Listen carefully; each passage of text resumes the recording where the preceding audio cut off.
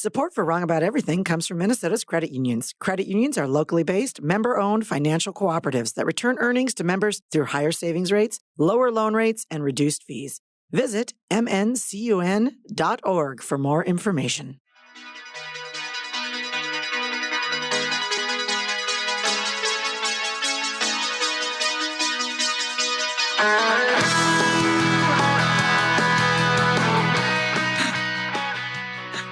And we're back with another episode of the podcast. We're kind of doing a pandemic version. I am former Republican Senate Majority Leader Amy Koch. I am Democratic strategist of Puerto Rican Heat and have a thrown out back, Javier Morillo. I am GOP strategist and somewhere in the universe, Brian McDaniel. And we are Wrong about everything. Well, everybody, the music because we're out for health reasons. Not me, but is that what's happening here? Yeah, Brian and I are both out for health reasons. Yep. Me because I can't sit down without being in pain, so I've been standing all day, which means my feet hurt, but at least my back does not hurt at the moment.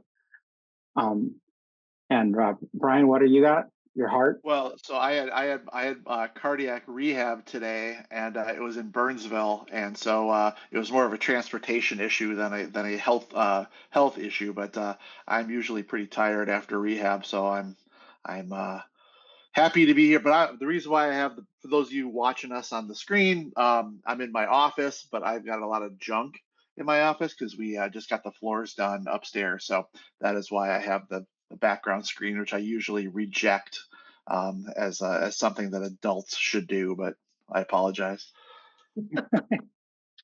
Well, so we're in the virtual Minnesota Credit Union Network studio. Gabe, you are in the Minnesota Credit Union Network studio. Is everything holding up okay? A little cold, a little lonely, but it's nice to have you here in any form possible. Well, thanks for keeping the Credit Union Network studio warm for us. And thank you to the Credit Union Network for, as always, keeping this podcast going. That you heard from was our comedian and producer, Gabe Noah. We're so glad to have him in his work. And if you're thinking about doing a podcast, maybe check out MBC Studios and give Gabe a call. He's fantastic. You can find more information about us at wrongabouteverything-podcast.com.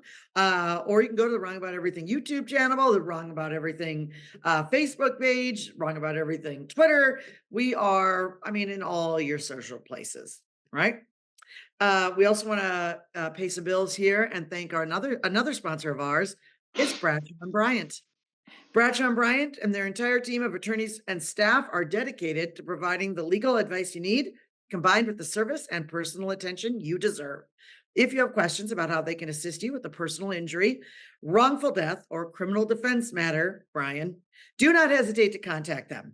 Consultations are free. Please contact them at 1-800-770-7008 or minnesotapersonalinjury.com. I guess Brian's kind of a snitch, so Mike wouldn't have anything to do with them, but Yeah, Mike wants nothing to do with me professionally.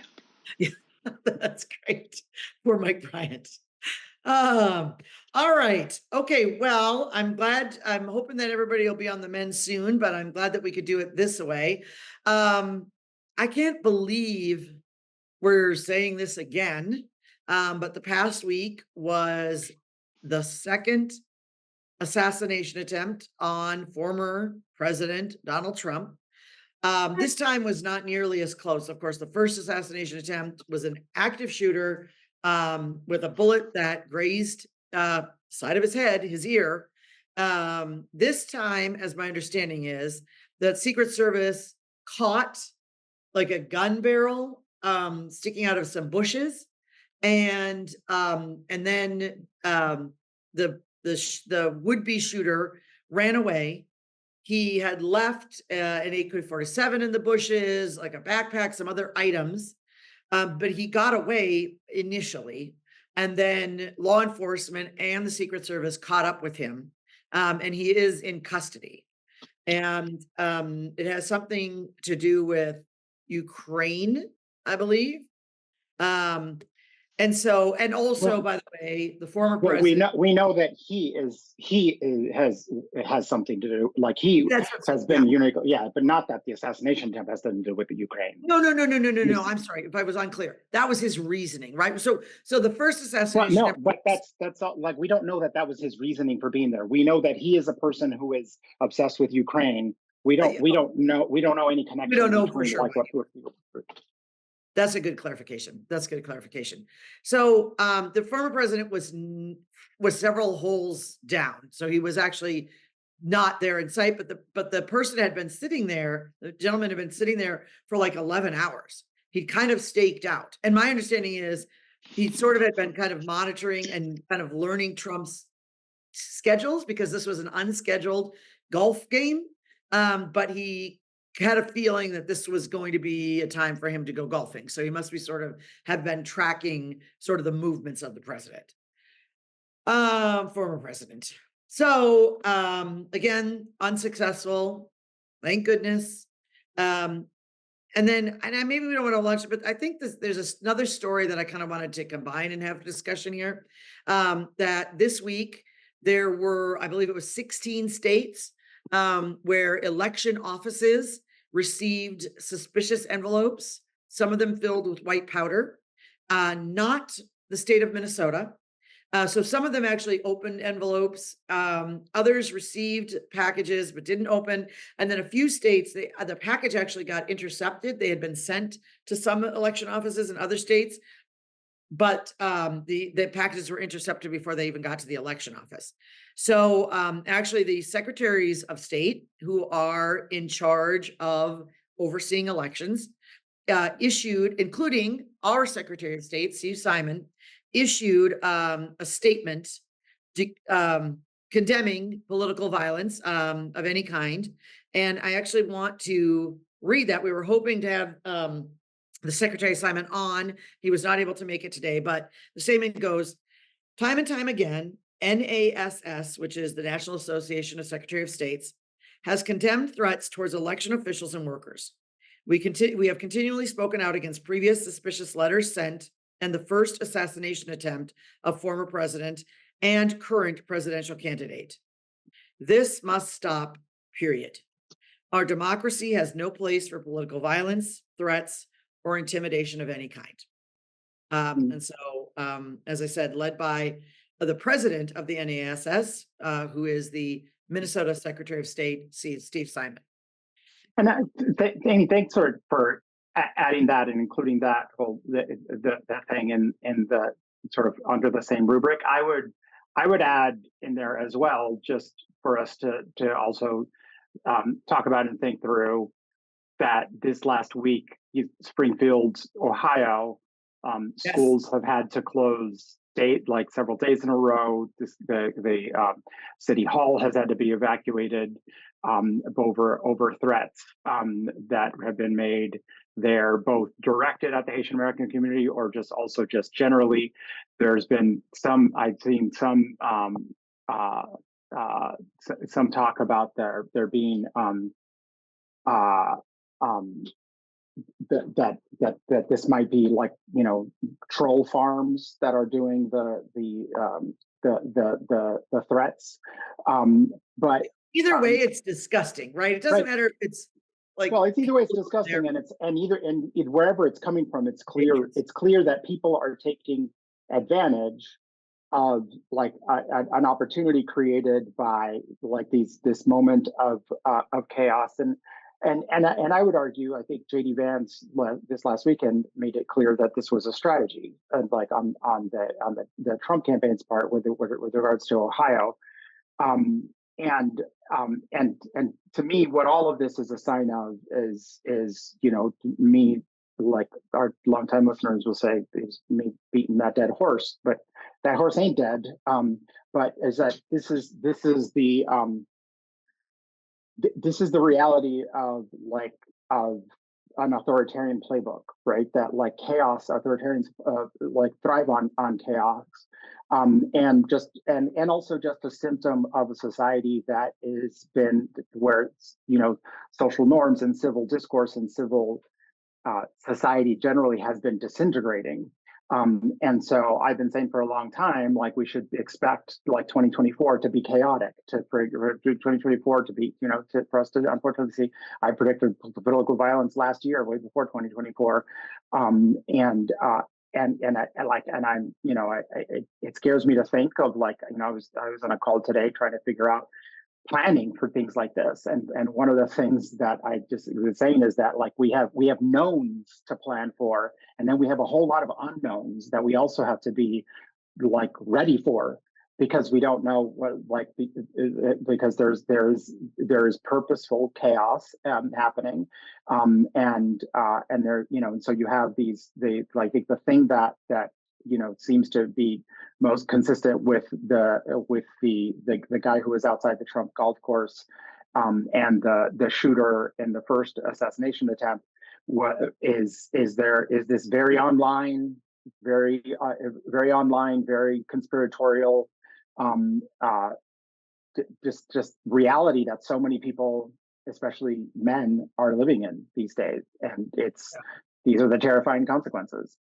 Right, with Well, the and I'm going gonna on about 4chan and 8chan and all the different Reddit threads that are, problematic, and particularly for someone with access to weapons, or apparently the AK-47 was, obviously stolen, numbers shaved off, but like these forums give rise to these conversations and these conspiracies. Sorry, Brian, I cut you off. No, no, no. I was just going to agree with Javier that this is a disintegration, further disintegration of society, and I'm not going to in any way, shape, or form, try to run interference for Trump and Vance and other things that they have done to kind of really bring down the level of discourse. But I'm also going to say that this is something that is happening in lots of different sectors. It is something that is definitely linked to this online presence that so many people have. They don't have a real life, they have this online life, and this online life gives them a, I'm going to use all the wrong words here, but a level of gravitas, a way to embiggen themselves, to steal a word from The Simpsons, in a way that makes them part of the story. And we're seeing it with school shootings. I think in Minnesota there was I'm forgetting which county it was, but one of the county sheriffs was talking about how now there is just this epidemic of people calling in fake, gun threats to schools. This is something that is a huge problem, and I'm like I said, I'm not absolving Trump and Vance at all for anything that they have done, but also we have dehumanized Trump and Vance to the point where taking shots at them is seen as heroic, and that is a problem. This isn't the first assassination attempt we've had on Trump. This isn't the first assassination attempt we've had on lots of different presidents. This is something that unfortunately happens from time to time. But I think with just the toxic, cancerous nature of our political online discourse is going to lead to more and more and more of this, and it's not going to just be political people. It's going to be sports figures, and it's going to be actors and actresses. It's a scary time to be anything other than a regular person. That's not even very scary. So, I mean, because, and so when you have this like boiling pot of anger and unwell in segments of online, and then you light a match, right? So the Ohio thing is, of course, a direct result of the sort of outrageous statement that Donald Trump made in the debate, which was Ohio, Springfield, Ohio, they're eating the dogs. They're eating the dogs and cats. And it lit a match in that state in a way that is dangerous, is irrational, with no thought to any sort of what is reality there. Um, just as I think you're right, Brian. I think that the President Trump is seen as like not in some areas, like you become a hero if you like take a shot at him. Like I don't know. I don't venture into those places, but it's like, was the person who was killed, the guy who was killed the first attempt, like, is he's kind of memorialized in certain areas, right? And it's just, I don't know. It's I try not to go down to where Javier has been, as you said, Javier. I really try not to, but it's hard to see these kinds of things and just and not get a little depressed about where we're headed. Well, and what it does is it drives regular people further and further away from participating in their government. And we've said 100 different times, 100 different ways that as long as the extremes are in control of the parties and in control of, as long as MSNBC and Fox News are the only people that are providing information other than these wackadoodle websites, you're going to continue to just get all these grandpas talking about eating cats and dogs, and all these people talking about how Trump is Hitler, and you have a duty to you could kill Hitler if you could, and that's just it's not lending me to having the confidence that in 4 years, in 8 years, we're going to be in an appreciably better position. I think that this is a very important time, and as a society, we have to make a decision that if Trump loses this time, we're done with it. Or if Trump wins this time in 4 years, we're done with it. And we need to get back to a much more less of a cult of personality candidacy, and return the Republican Party to what makes the Republican Party important. And it's not one person, whoever that person is, but especially this person. Yeah, yeah. I mean, I think though, like, it's important to note that, like, when J.D. Vance goes on Sunday talk show and says, like, we need to make things up in order to get people focused on the issue we want them focused on, which is immigration. And when the presidential candidate and vice president continue to say that the Haitian population in Springfield, Ohio, is there illegally, they are not. They have temporary protected status. They are in the country legally. When they like, I don't think they care one bit if someone takes it upon themselves to murder a Haitian person in Springfield. Because how does that play out? Then there are vigils. There are like Donald Trump, he would love nothing more for there to be Black Lives Matter protests again, because he thrives in that chaos with the message of, like, I'm the one who could put it down. I think, yeah, Brian, I think I share your pessimism that this feels like something that will take a long time to get out of the body politic, and I don't think we'll get it out of the body politic whether Trump wins or loses. To me, the difference is that a Trump victory is institutionalizing this, right? That when he talks about weaponizing the Justice Department against his enemies, and when people around him are talking about hanging anyone who didn't support Trump, and that is an extension of this, but actually making it a part of the formal part of governing. So that's the choice that we have before us. Can we touch on? Oh, sorry, Brian. Go ahead, and then I want. No. I was just going to say, and it makes it hard to then kind of decipher real political things that are happening in the political landscape, like the Teamsters not endorsing for president. It's hard to, we have this circus that we're watching, but then there's also, these real organizations that are there to kind of, guide and give information to voters that have been trusted for, one way or the other for a long time. And now all of a sudden, what their motives are, what their methods are harder to figure out in light of everything that's going on, because it is just such a circus. Amy, sorry, back to you. No. So the weird thing is, on the immigration issue, I said last week that was the big question that I thought Trump could have done well on, and he completely botched, right? He got distracted about his rallies, and then he had this crazy stuff about they're eating the dogs. And when he could have just talked about, like, since the day of inauguration for Joe Biden, by their own definition, the border crossings were at crisis level since the inauguration day for Joe Biden. Like you could just talk about that, right? Creating a humanitarian crisis and national security issues.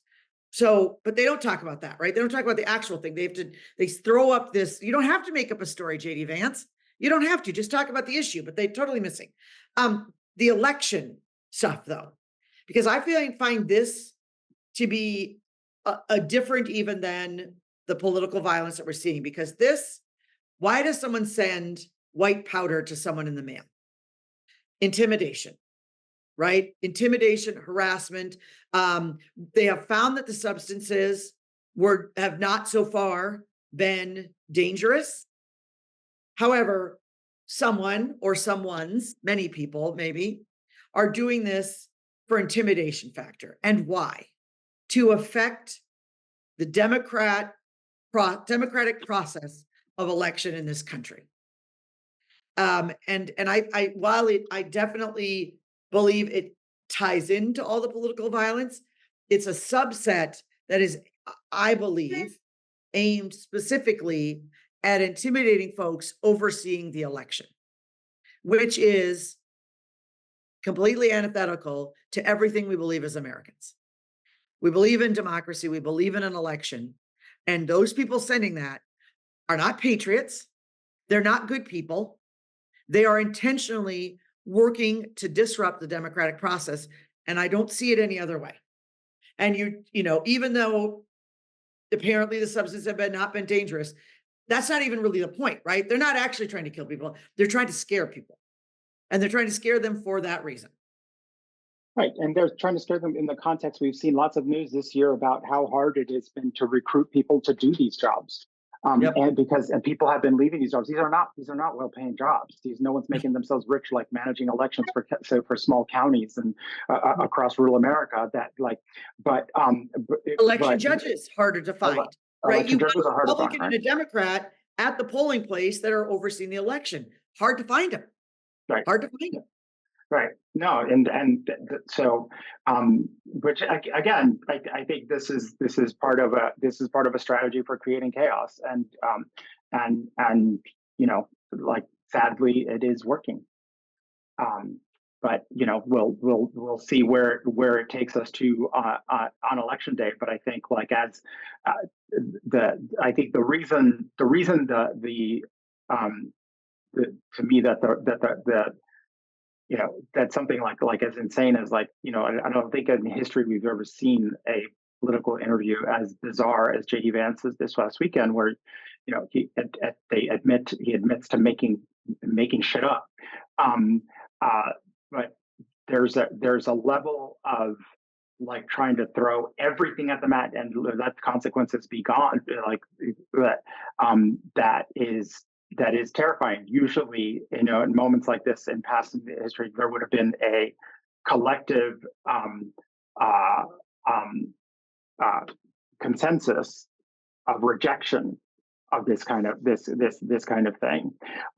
There would have been a collective and what you had in both of these instances, although in neither cases was in these cases of these possible attempts on Trump, in neither case was that where the person a Democrat or a partisan in that way.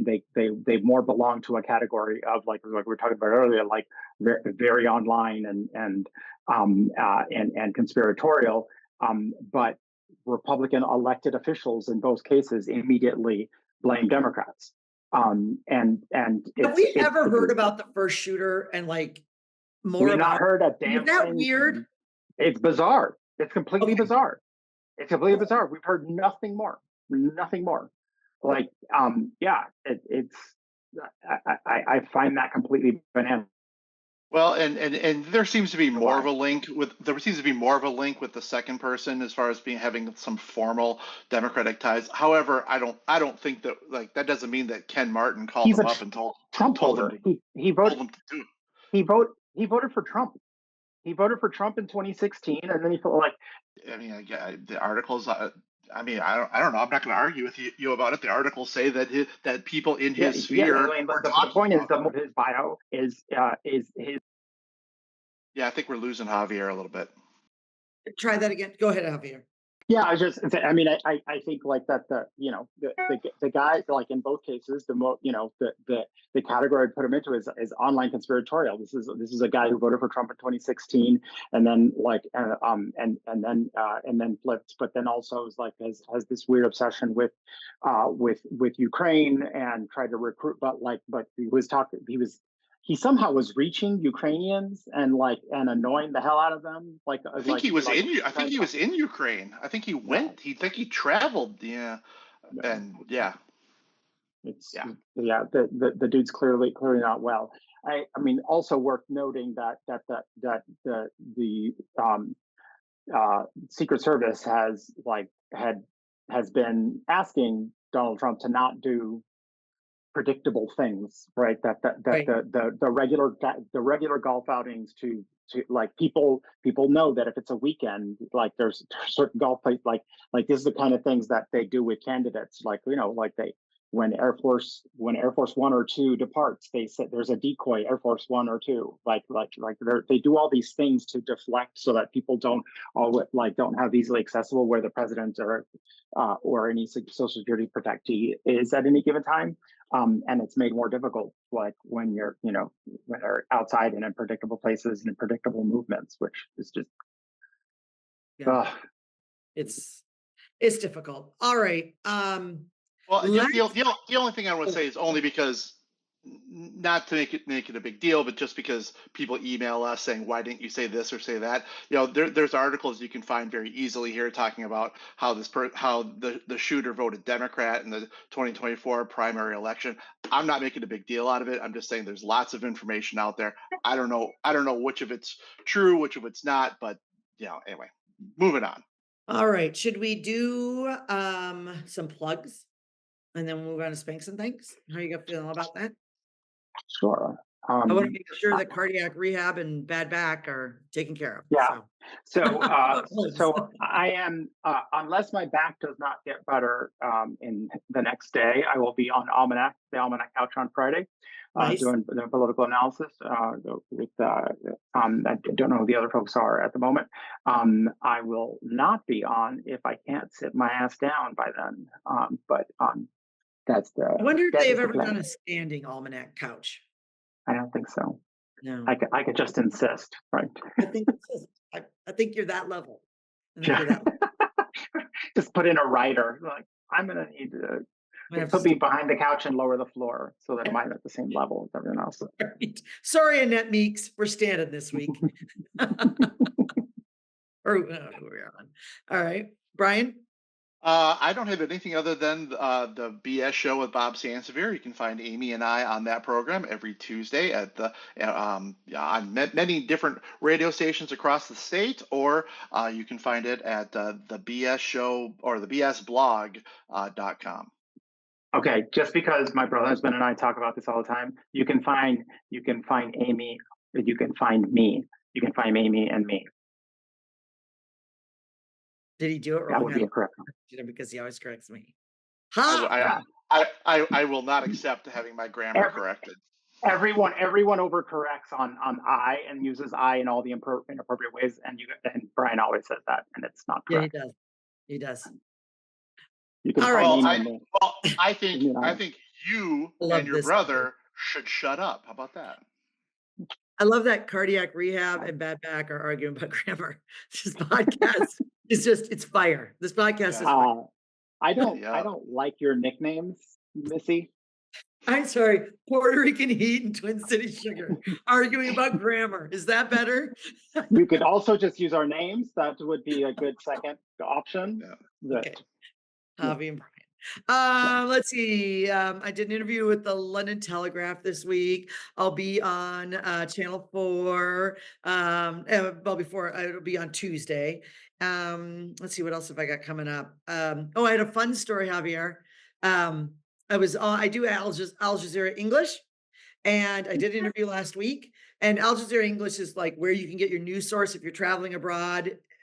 Oftentimes, it's the only like English news source that you can get on a lot of different TVs in different countries. And a lobbyist talked to me this week or at the end of last week and said, hey, another lobbyist that we know, when I were texting about an issue, he was abroad in Italy, and in the middle of the text thread, he stops and he says, "Well, holy, I think I just saw Amy Koch on Al Jazeera." And then they decided that probably it wasn't me. They would ask me, but that it was just somebody that looked very much like me. But it was me. So there you go. Old Al Jazeera Amy we got here. Al Jazeera Amy. A different one. Uh, All right. With that, let's go to Spanx and Wait, Thanks. Who wants to go you first? guys, before we go thanks and thanks, Oh, we have a we big, yeah, we drum have roll. we have a new member of the Not Dick Club. I Oh, think this is the third member we've gotten since our return. Neil Knutson.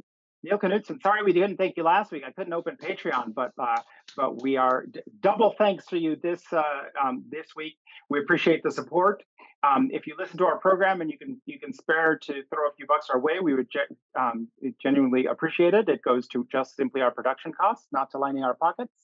You can find us at patreon.com/wrongabout-everything-podcast, because if you can afford it and you are listening to us and you're not throwing a few bucks our way, you're kind of being a dick. You're stealing content. All right, let's go first on Spanx and Thanks. I can go. So my spank is going to be it's going to be specifically to Sean P. Diddy, Puff Daddy, Puffy Combs, who was arrested this week on allegations of sex trafficking and everything that goes around with it. I think that we we have been hearing through the conspiracy channels about all of these big Hollywood pedophile rings and sex trafficking rings, and not everyone, but lots of people are saying, well, that's just conspiracy theories. And then we have Epstein, and then we have P. Diddy, and we have Drake, and we have all these, we have R. Kelly, and all these people that are engaging in this with their people in their industries, with people in their sectors. And I think it's something that I'm not saying that it is an epidemic. I'm saying that it is something that is based in fact. It is something that needs to be taken seriously, and is something that these people should be held accountable for, assuming that they are in fact guilty. But if you go back and watch enough of these documentaries, I mean, Usher talks about when he was a young person being brought into the industry, that he was attending these parties, and that he wasn't trafficked, but he was having sex with people who were of age when he was a younger teen. And so there's smoke here, there is fire here. And I am spanking P. Diddy for any of these allegations that end up being true. And then my thank is going to be, it's a weird, I don't ever know how to say this, whether it's a spank or a thank, but a friend of the program and composer of our opening theme song, Justin Bell. Jay Bell, his father passed away very recently. He had been ill for quite some time, but it was just something that was just very hard on their family. He did pass away, and I did not mention it, and I should have.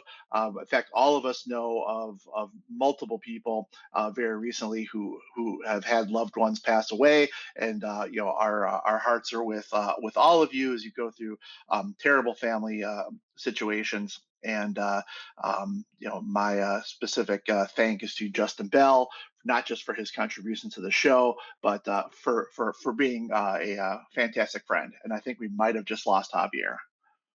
Okay, well, then I'll go, and then we'll hopefully get him right back. Gabe, if you can watch the Zoom room technology. Okay, so my spank is for the city of St. Paul, particularly Melvin Carter, the mayor, and the folks in charge, particularly the downtown area. So downtown St. Paul has had some amazing places to go to visit, amazing restaurants. I recently moved, but I loved my time in St. Paul. However, downtown is going through a really tough time right now. And there's been a lot of stories, a lot of like legacy restaurants are leaving downtown St. Paul, and the area is really struggling. And I very much wish that St. Paul Council and the mayor's office will really buckle down and work on what's going on there. There's a lot to love about downtown St. Paul, but not as much lately. And I think we're seeing a lot of that. And I worry about that means for our capital city. And so y'all are spanked. Sorry, St. Paul. We want to keep you boring. We just don't want to keep you Can I that. can, Yep. Did we lose Javier? can I add a sub spank to that? Sure. I'm back. Can you hear me? We can hear you just fine. Yep. Sorry, I'm staying off camera. Yep. Because my camera is my internet's unstable. But there have been repeatedly news stories about this who have mentioned everyone but the city council member responsible for downtown St. Paul, Rebecca Naker. And I wish downtown someone would St. just ask her.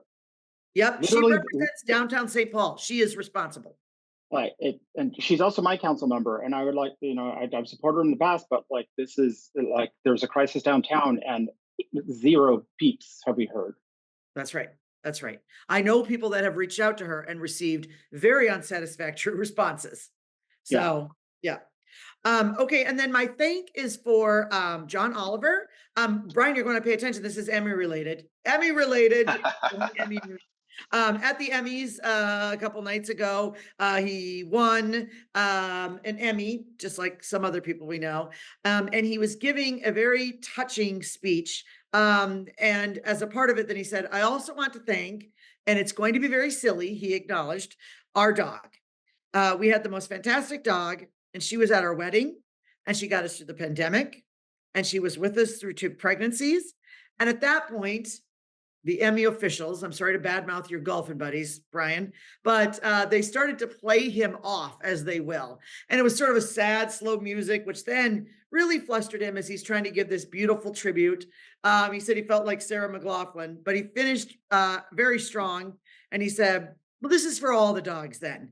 You're very good girls and you're very good boys.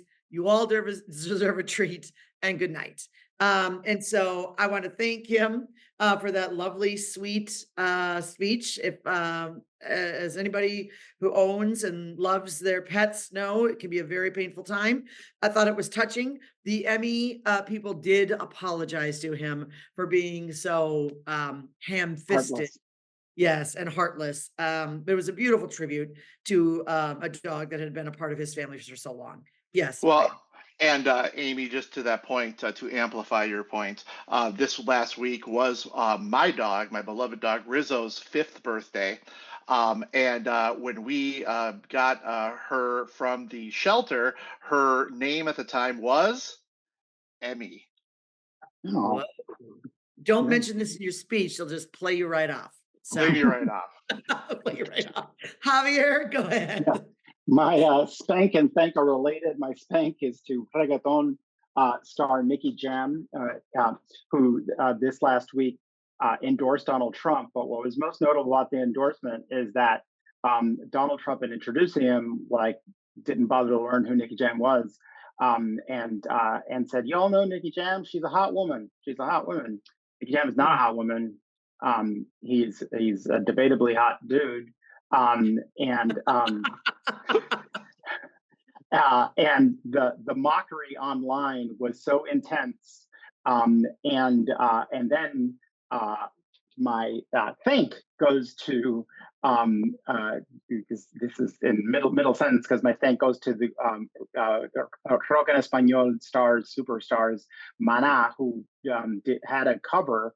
I had a duet that they had done with Nicky Jam, so they took that song off of all their platforms, and that song is a very popular and I'm guessing a moneymaker for Nicky Jam. So between that and all the online mockery, Nicky Jam has deleted his endorsement of a man who couldn't be bothered to figure out his gender before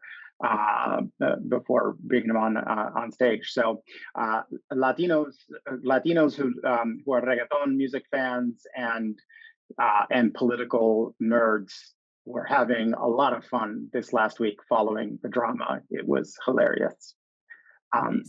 And that's my thank and my thank. Love it. All right. And Oh, go ahead. I was going to say, and with that, get to it. All right. All right. And with that, I am a proud mother of Rachel and dog mother of Maggie, Amy Koch. I am proud dad of Chulo, my puppy Chulo, and the Puerto Rican heat, Javier Murillo. I don't like it when people say that they are parents to their dogs, but I do love my dog Rizzo, and and I'm a GOP strategist. And so with that, and we are Wrong about everything. Take us away, Gabe.